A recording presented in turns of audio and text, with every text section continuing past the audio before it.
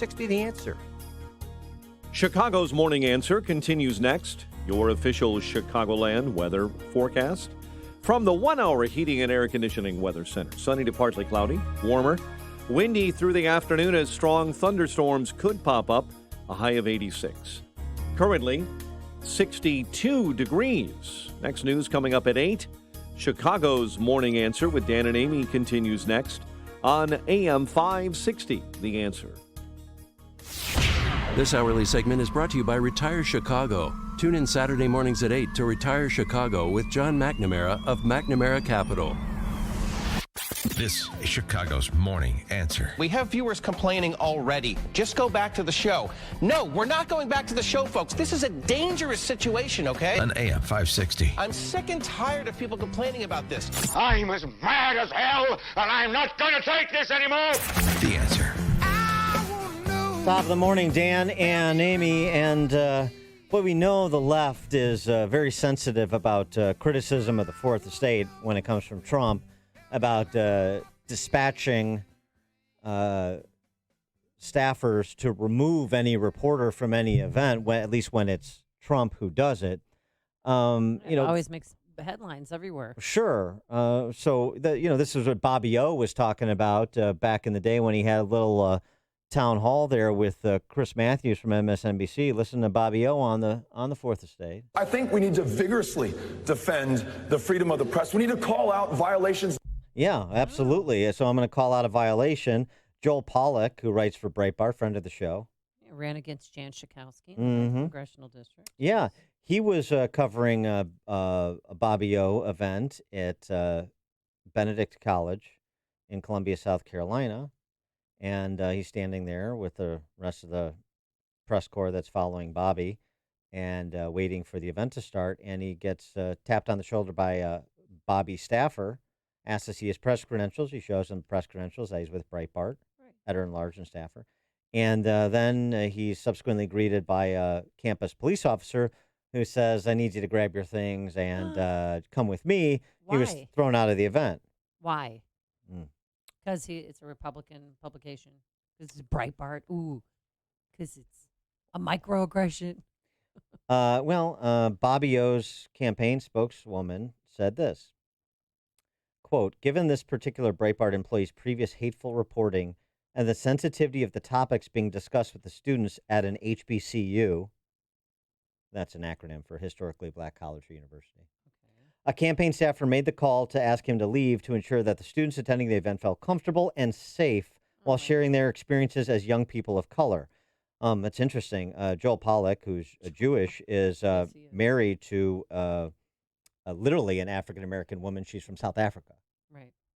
Yeah, I've met her. Yeah. I wonder if he said that. But you think that he's threatening to the students that are there? His presence is unsafe because he's a conservative. So he's thrown out. So I just want to establish that.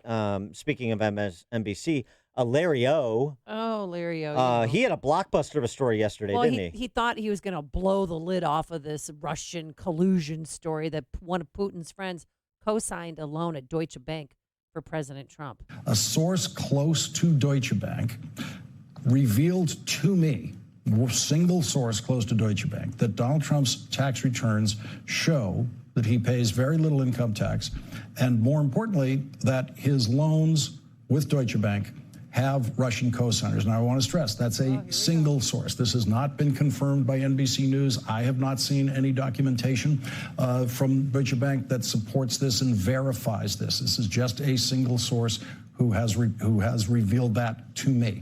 Well, he got trolled because it was all a hoax. And he tweeted out, last night I made an error in judgment by reporting an item about the president's finances that didn't go through our rigorous verification and standards process. I shouldn't have reported it, and I was wrong to discuss it on air. I will address the issue later. So President Trump is, contemplating whether or not to, he's threatening a defamation lawsuit against Lawrence O'Donnell. He sent a demand letter. His attorney sent a demand letter to O'Donnell, to MSNBC, saying retract it or face litigation, and in no uncertain terms. Deutsche Bank wouldn't comment on it. And of course, O'Donnell has no basis for it other than somebody told him something and he just repeats it. But he's a serious newsman, and we're supposed to take him seriously. He This should is be why. yanked off the air. And then you have CNN, Oliver Darcy on with I don't know, Fredo the Cricket, Brooke Baldwin. I can't tell them apart. Talking about Fox News because Trump tweeted out some criticism of Fox News, and Fox News isn't with us anymore. Meaning like Trump and his supporters. And so that sends CNN into full spin. He's explicitly saying, that he effectively views Fox News as an organ of the Trump White House, as an organ of his reelection campaign, and not as an independent news organization. He's criticized Fox in the past, as we've talked about before, but this really takes it one step further. Feels different. Yeah, it feels different because he's saying us. If you look at his tweet, I'll read part of it. He says that we have to start looking for a news outlet. Fox isn't working for us anymore. It feels different. It feels like he's explicitly acknowledging what we've all known or suspected for a long time, that Fox is really, to some extent, part of the lineup as part of the White House. He thinks the whole network is, and that's what you're seeing him tweet. First of all, this is such an absurd conversation. The president can have whatever expectations he has of whatever outlets, and then those outlets make their own decisions about what to do or not do. And by the way, as they later concede in their mind-numbing conversation, there's a lot of different opinions and different shows on Fox. So what Sean Hannity does is very different than what Shepard Smith does, is very different than what Fox and Friends does. It's very different than what Tucker Carlson does. And some are going to be more inclined to be aligned with Trump, and they have been from the outset, and some are less inclined to do so. And then Never been with Trump. And then you have the Brett Baiers of the world who just sort of report it straight and have a roundtable discussion that includes a Juan Williams and so forth, as Chris Wallace does on Sundays, goes after both sides with equal vigor. It's just such nonsense. Oh, this feels different. Why? Because Trump wants good coverage, and Fox is the best chance for him to get good coverage. So he has expectations that are not being met. Well, that's tough. That's just the landscape the president has to deal with. But the projection here too, when you have the other 95% of the DC press corps aligned with whatever socialist is nominated and aligned with every Democrat since, I don't know, John F. Kennedy in 1960. It's absurd. The whole conversation is absurd, and what the left is doing is, frankly, embarrassing. Bobby O, Larry O, and how about the WAPO? Washington Post story equating pro-lifers to white supremacists, how pro-lifers align with the white supremacist movement. Talk about projecting. You've got Planned Parenthood founded by a eugenicist named Margaret Sanger, and now we're talking about white supremacists, and they smear J.D. Vance. J.D. Vance, the author of Hillbilly Elegy, who, by the way, is the father of a biracial son. Okay. They say, they write, this is Marissa Brostoff in the Washington Post, how white nationalists align themselves with the anti-abortion movement. Of course, they don't show them the respect of calling them what they call themselves, pro-lifers. Okay. J.D. Vance, author of the best-selling Hillbilly Elegy, told an audience at the National Conservative Conference earlier this year, he described himself as appalled. He told them, our people aren't having enough children to replace themselves. Earlier this year, he described himself as appalled by Democrats' permissive attitudes toward abortion. Vance did not spell out exactly who was included in the word our. He didn't need to. Our people aren't having enough children to replace themselves. That's taken by this idiotic author as he means white people, our people. No, he means Americans. We're not, which is the need for immigration to reach replacement rate. Number two, I suspect he means conservatives, what people actually believe, people who believe in the nuclear family, mom and dad, not the state as mom and dad. That's what J.D. Vance believes. I know because we've talked to him and I've read the book and I've read other writings. That's what he actually believes. But if you use R and you don't make it explicit because you're in a room of people who believe the same things you do, generally speaking, and coming from the same place.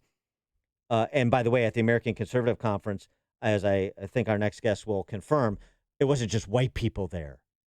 But this is how disingenuous the reporting is by the D.C. press corps. And then we want to, hand-wringing about, why don't you believe the Fourth Estate? Oh gosh, you things you don't like, you call fake news. No, I call slime jobs on pro-lifers, like this piece in the Washington Post, fake news. I call Beto O'Rourke's commitment to a free press fake news. I call Larry O'Donnell being treated as a serious journalist fake news. You know why? Because their behavior says it is. Joining us now, Julie Kelly, senior contributor for American Greatness, amgreatness.com, who's written on the Fourth Estate as well, most recently. Julie, thanks for joining us. Appreciate it. Thanks for having me. So you've picked up some other topics over the last couple of weeks with respect to the Fourth Estate, starting with the former deputy director of the FBI, Andy McCabe, being retained as a CNN contributor. Yes, and let me just say, Dan and Amy, I was at that National Conservatism Conference. I saw JD's speech. It was amazing. You know, he's so good because he's so honest and authentic. You know, he's not an academic, so he's not up there trying to impress people with, you know, his knowledge of philosophers. He gave a really impassioned speech as a new father, you know, imploring people to have more kids. And I didn't pick up any white supremacy signals at all. Yeah, from what he said. Of course, the whole thing's absurd. The whole piece is absurd. There's just the J.D. Vance example. It demonstrates its absurdity. Pro-lifers and white supremacists. Where pro-lifers are the ones saying, don't locate these mills in minority communities and prey on minority families. It's the effete eugenicists in the Margaret Sanger tradition that say those people, and they mean minorities, shouldn't have any more children. I mean, it's absolute projection, which is what the left has mastered. And you know what? I've written a lot about this white supremacy scare, and I have several pieces up on American Greatness, amgreatness.com for people to check out. You know, this is really a dangerous narrative that the media is promoting. And they failed with Russian collusion, so now this is the new way to smear Republicans, conservatives, but it's far more dangerous. And there's really no data or stats to back up that there's this, you know, epidemic of white supremacy threat against the American people. And so if your listeners are so inclined, to have some articles on that too. But the piece we're talking about, go ahead, Dan. No, go ahead. I just wanted to get back to McCabe and your suggestion about what his retention implicates. Right. So, you know, listening to the clips of CNN, first of all, CNN is also purging they have, believe it or not, just a handful of pro-Trump commentators that they've purged in the last few weeks. And they're replacing them with people like Andrew McCabe.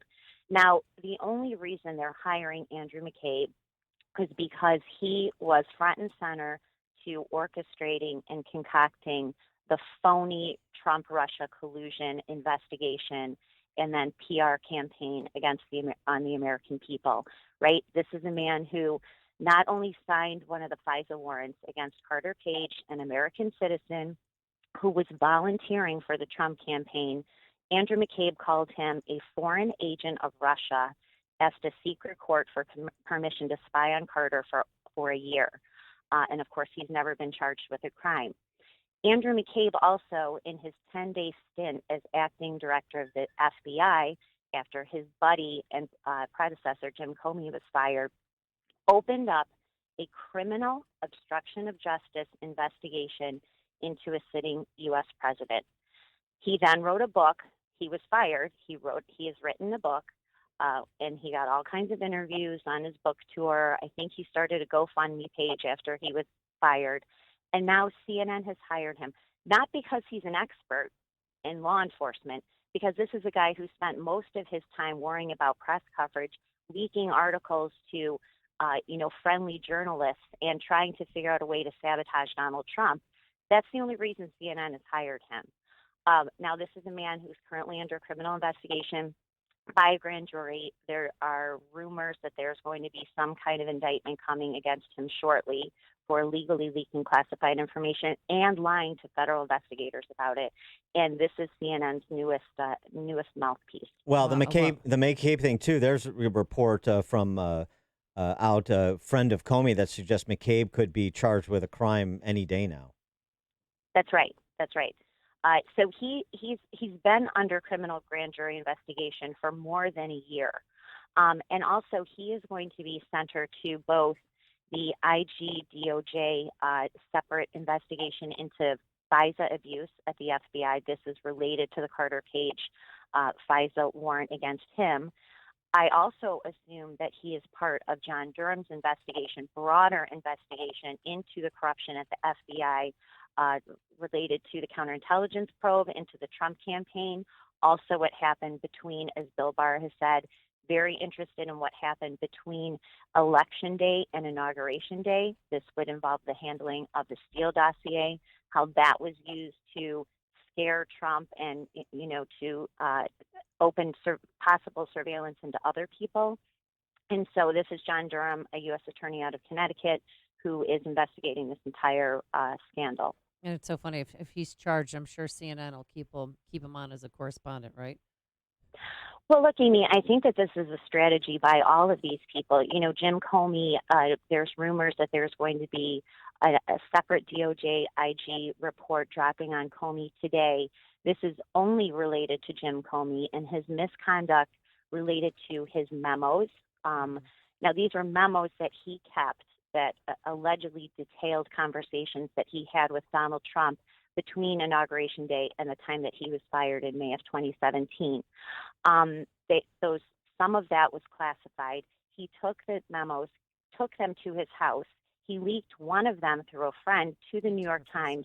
Comey admitted the reason he leaked the memo was to prompt the appointment of a special counsel, which of course was done, and his buddy Robert Mueller was appointed special counsel. We know how that ended up. So this report is supposed to detail just exactly, I hope, the veracity of the memos and also the handling of